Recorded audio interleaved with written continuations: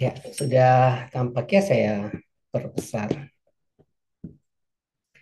Nah, sebagai pengantar, saya akan membahas kurang lebih itu ada tiga hal yang perlu saya sampaikan di sini. Yang pertama terkait dengan fakta kasus hukumnya, tujuan SPO draftingnya, dan gambaran materi kelas secara umum. Kira-kira apa sih yang akan kita pelajari di dalam 4 kali pertemuan. Jadi kita ada 4 minggu, 4 sesi pertemuan, dan itu akan terbagi dalam beberapa subtopik yang pada dasarnya kalau saya boleh rangkum itu kita dan dalam pengantar ini saya istilahkan kita akan melihat dulu fakta kasus hukum di lapangan, ada enggak sih betul-betul masalah penting enggak sih SPO ini gitu ya. Kemudian kira-kira dengan tujuan SPO drafting yang akan kita selenggarakan ini, kita belajar bersama itu kira-kira bisa memberi manfaat atau menjawab permasalahan di lapangan ini khususnya terkait hukum kesehatan tentunya ya. Dan materinya itu yang akan saya jelaskan di awal pertemuan ini. Nah, kita coba lihat dulu fakta kasus hukum. Sebelumnya begini, teman-teman. Eh, kita bersyukur kalau tidak ada masalah sengketa di rumah sakit kita atau di vaskes kita ya. Tetapi bukan berarti apa yang terjadi di luar sana itu bukan tidak mungkin bisa terjadi di tempat kita. Dan sebenarnya juga bukan sesuatu hal yang horor kalau ada sengketa. Ini saya tidak menggampangkan sengketa hukum ya. Faktanya kan begini, yang namanya kehidupan itu kan tidak mungkin tanpa sengketa, ya kan? Sengketa itu pada dasarnya karena ada perbedaan eh, pandangan, pendapat, ya, pemahaman yang mengakibatkan perselisihan sampai ya tergantung eskalasinya, ya sampai bisa terjadi sengketa yang kalau berlanjut masuk sebagai satu perkara hukum.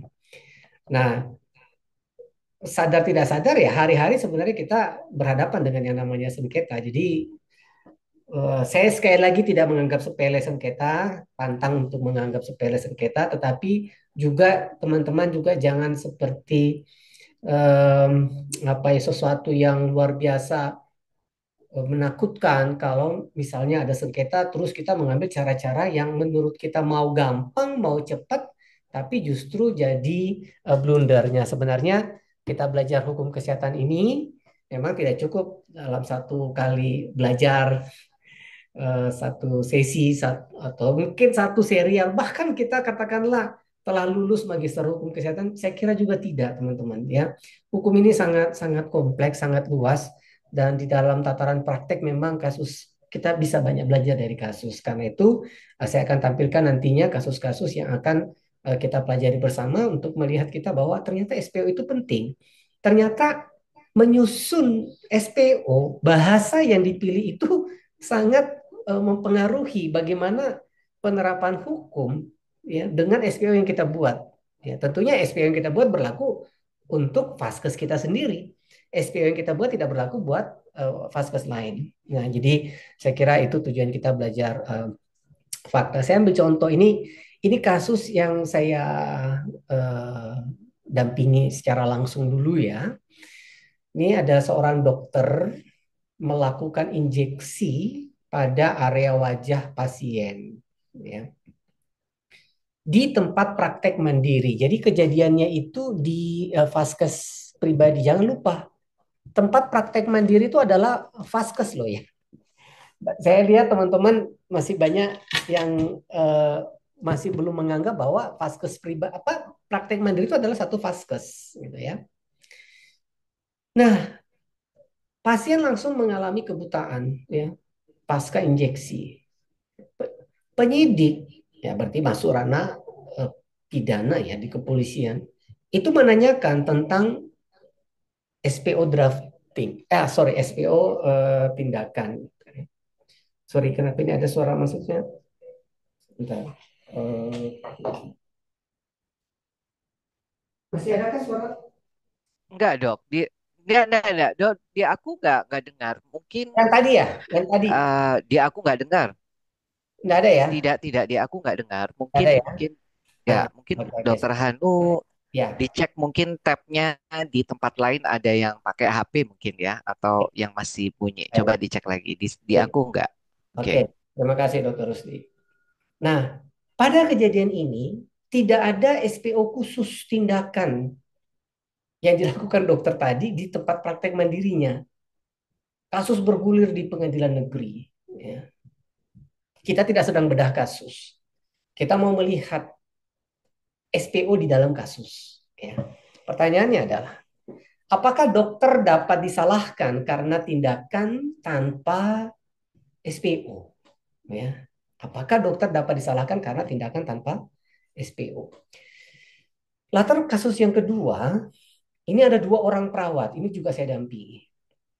Melakukan tindakan pemasangan infus pada pasien rawat inap di satu rumah sakit swasta ini. Ya.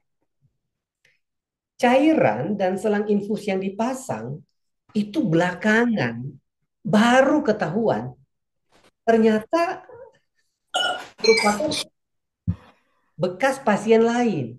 Jadi cairan dan selang infus yang terlanjur dipasang itu belakangan baru ditahu ternyata punya pasien lain. Etiketnya masih nempel di cairan ya. Ketepatan ibunya pasien ini bidan, bapaknya polisi, berproses ya. Dan tidak ada SPO khusus tindakan tersebut di rumah sakit ya. Siapa yang bertanggung jawab atas tidak adanya SPO di rumah sakit ya. Ini latar belakang kasus yang ketiga. Ini juga pendampingan saya. Seorang dokter melakukan tindakan pembedahan di rumah sakit ya, dan terjadi satu resiko medis. Tidak ada SPO khusus tindakan tersebut di rumah sakit itu. Gitu ya. Kasus bergulir di MKDKI yang sekarang MDP ya, Majelis Disiplin Profesi dan kepolisian. Nah, di dalam konsideran putusan MKDKI waktu MKDKI itu tertulis begini, yang dilakukan oleh dokter teradu itu telah sesuai standar profesi dan standar pelayanan ya. Namun tidak eksplisit bicara atau mengomentari tentang SPO. Penyidik itu meminta rekomendasi kepada MDP sebelum akhirnya penyidik menerbitkan yang namanya SPDP, surat perintah dimulainya penyidikan terhadap dokter terlapor atau teradu. Gitu ya. Nah, ini kita akan lihat khususnya nanti di sesi minggu depan.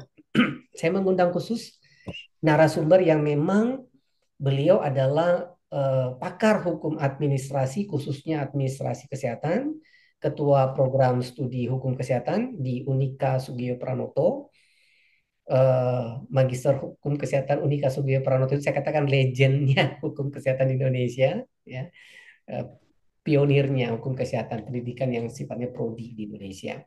Dan ketepatan beliau ini juga adalah mantan ketua MKDKI.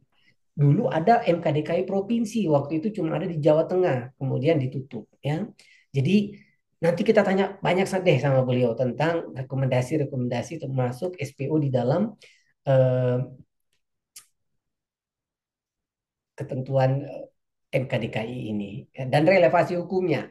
Terus kalau kita keberatan apa yang kita lakukan? Jadi harapan saya ini sebagai pengantar ya untuk motivasi teman-teman belajar tentang ini dan kalau ada kasus udah jangan tanggung-tanggung nanti minggu depan tanyakan ya, seluas-luasnya sama Bu Dr. Endang Wayati ya.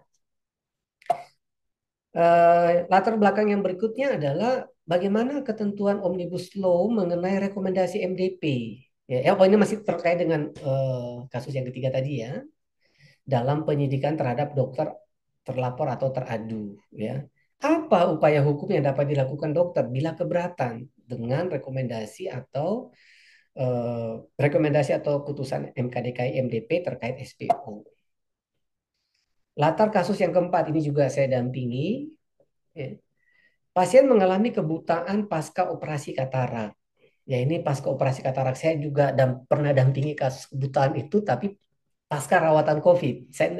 Saya masuk ke kategori yang pasca operasi katarak ini. Ya. Nah, diduga selain sebagai satu resiko komplikasi tindakan ya pada pasien ini, juga kami menduga adanya contributory of negligence atau kelalaian yang berkontribusi, kelalaian pasien yang berkontribusi pada kejadian yang tidak diharapkan, yaitu kebutaan pada pasien ini. Ya. Nah, ini peran organisasi profesi atau perhimpunan ini, ya spesialis kalau pada kasus ini, itu turun tangan dengan keterangan hasil audit terkait SPO. Kasus sedang bergulir di kepolisian, kasus yang sedang bergulir di kepolisian itu akhirnya dihentikan setelah gelar perkara dengan SP3 ya. Nah, kita juga nanti akan melihat ada enggak sih perannya OP ini perhimpunan ini dalam memberikan perlindungan hukum terkait SPO pada anggotanya ya. Nah, kalau ada di sini pejabat pengurus OP atau perhimpunan, saya kira ini juga baik untuk diikuti karena ini sangat efektif waktu itu ya, tidak pakai lama, cuma durasi 1,5 sampai 2 bulan, begitu OP turun tangan tutup ya. Latar kasus yang kelima ini juga sempat saya dampingi. Ini rumah sakit swasta di satu kabupaten ya. Eh, Agak jarang memang dokter di situ. Tidak memiliki cukup tenaga dokter tetap di rumah sakit swasta itu. Jadi beberapa itu didatangkan dari RSUD setempat. Nah, setiap weekend atau libur, apalagi kayak libur Lebaran kayak gini panjangnya, ya nyepi Lebaran. Nah, itu sangat sangat sangat apa mengkhawatirkan sebenarnya momen itu bagi rumah sakit ya karena dokter-dokternya DPJP operator itu tidak di tempat ya. Nah, kejadian ini pasien post op ya setelah operasi apendisitis akut gitu ya. Operasinya pada hari kerja. Begitu weekend DPJP-nya pulang ya mudik gitu ya. Nah, perburukan terjadi ya pasca operasi itu di hari libur weekend itu.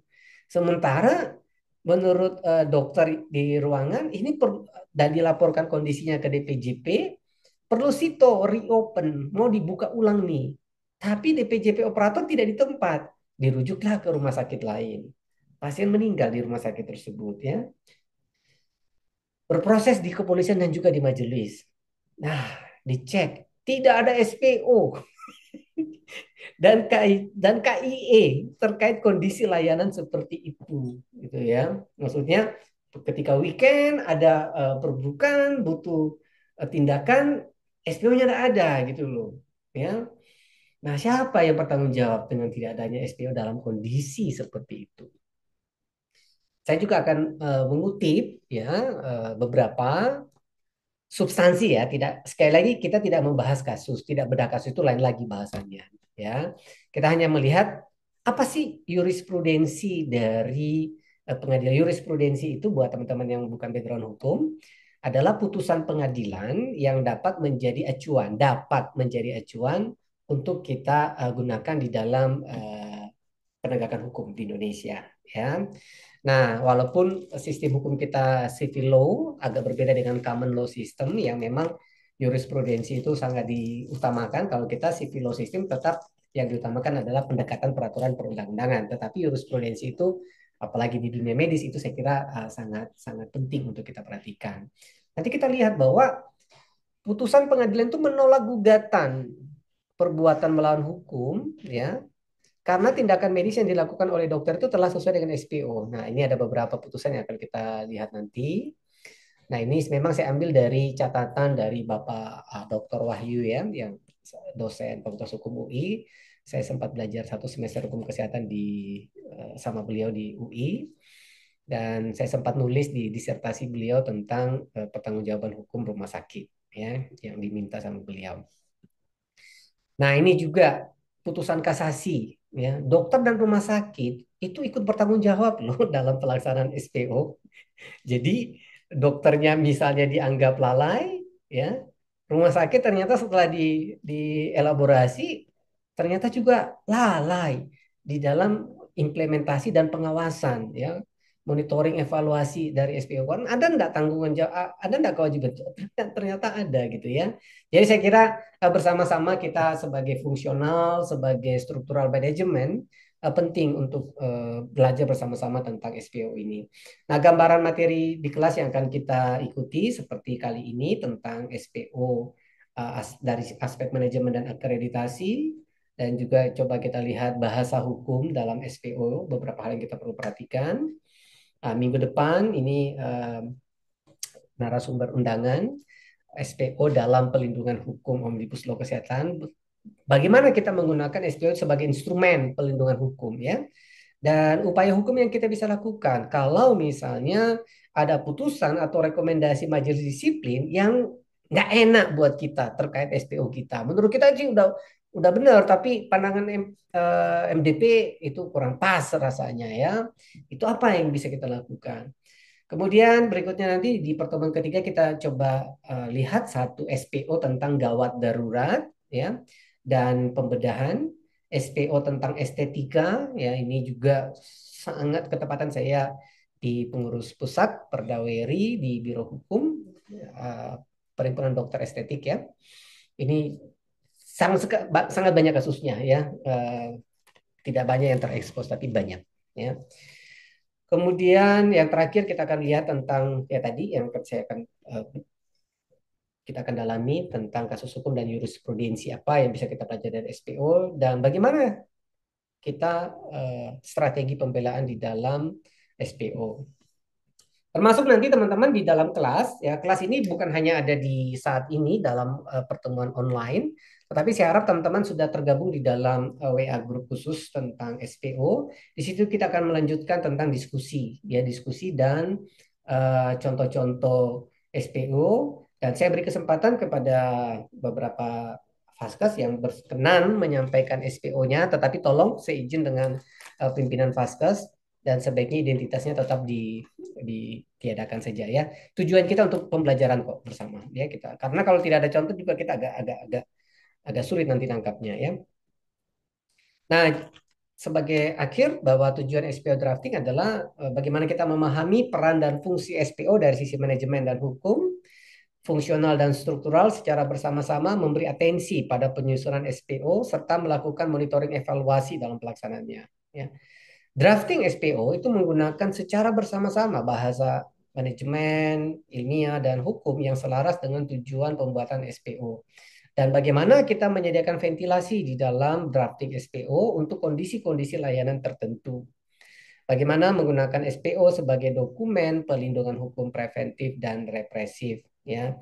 SPO ini ringkasnya dapat menjadi pintu masuk sengketa dan juga pintu keluar dari satu sengketa. Selamat mengikuti pelatihan SPO drafting, semoga bermanfaat.